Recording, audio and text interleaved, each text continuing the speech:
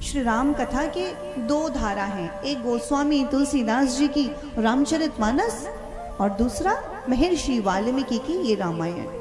आपने हो सकता है जो कथा राम कथा श्रवण की हो वो गोस्वामी तुलसीदास जी की रामचरितमानस श्रवण की हो, और हो सकता है कि अधिकांश लोगों ने महर्षि वाल्मीकि के रामायण का श्रवण ना किया हो। इस ग्रंथ का नाम है श्रीमद् वाल्मीकि रामायण, जिसका एक एक अक्षर महापातक नाशनम है। महर्षि वाल्मीकि लिख रहे हैं एकैकमक्षरम पुंसा महापातक नाशनम। ये ग्रंथ साधारण ग्रंथ नहीं है, इसके एक अक्षर मात्र में आपके द्वारा किए गए समस्त पाप का नाश करने का सामर्थ्य है, मात्र एक अक्षर में। इसलिए इस ग्रंथ को ऐसे सुनना है कि एक भी अक्षर छूट ना जाए। अब आप कहेंगे कि अक्षर कैसे, भला अक्षर कैसे पाप का नाश कर सकता है? क्योंकि ये अक्षर नहीं है। आप जब भी किसी मंदिर में जाते हैं तो परमात्मा इस कलयुग में दो रूपों में प्राप्त होता है, शब्द ब्रह्म के रूप में और अन्न ब्रह्म के रूप में। अन्न ब्रह्म के रूप में जो प्रसादी मिलती है वो स्वयं परमात्मा ही है, और शब्द ब्रह्म के रूप में जो भजन कीर्तन मिलता है, जो कथाएं मिलती हैं, जो मंत्र मिलते हैं, वो परमात्मा का ही विग्रह है। इसलिए इस ग्रंथ के शब्दों को शब्द जानने की भूल मत कर बैठना आप। ये शब्द नहीं है, उस परमात्मा का विग्रह है। और ये जो रामायण है ये जानकी जी का चरित्र है। महर्षि वाल्मीकि लिख रहे हैं सीतायाश्चरितम महत्, हमारी माता जानकी का चरित्र है जिसे आप श्रवण करेंगे। अक्षर कैसे काम करता है?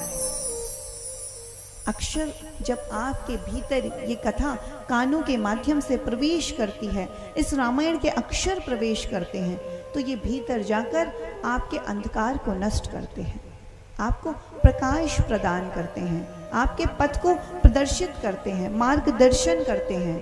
ये भीतर जाकर जब अवस्थित होते हैं हृदय में तो मन को निर्मल कर देते हैं, और जब मन निर्मल हो जाता है तो परमात्मा स्वयं आकर आपके मन में अवस्थित हो जाता है। जैसे ही भीतर अक्षर जाते हैं तो पाप कटने प्रारंभ हो जाते हैं धीरे धीरे, इसलिए आपका मन हल्का होने लगता है।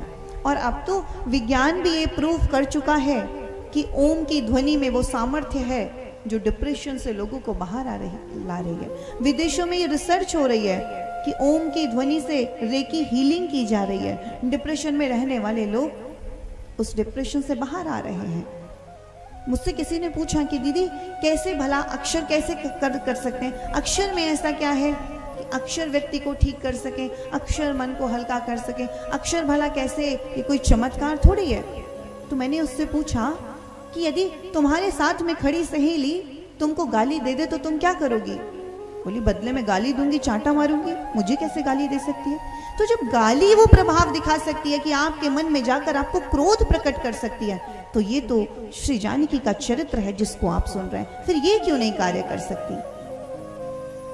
जब गाली जैसा गंदा शब्द आपके भीतर जाकर क्रोध प्रकट कर सकता है, तो सोचिए जरा कि राम जैसा शब्द यदि भीतर गया तो सभी पातकों का, सभी पापों का नाश भला क्यों नहीं कर सकता है?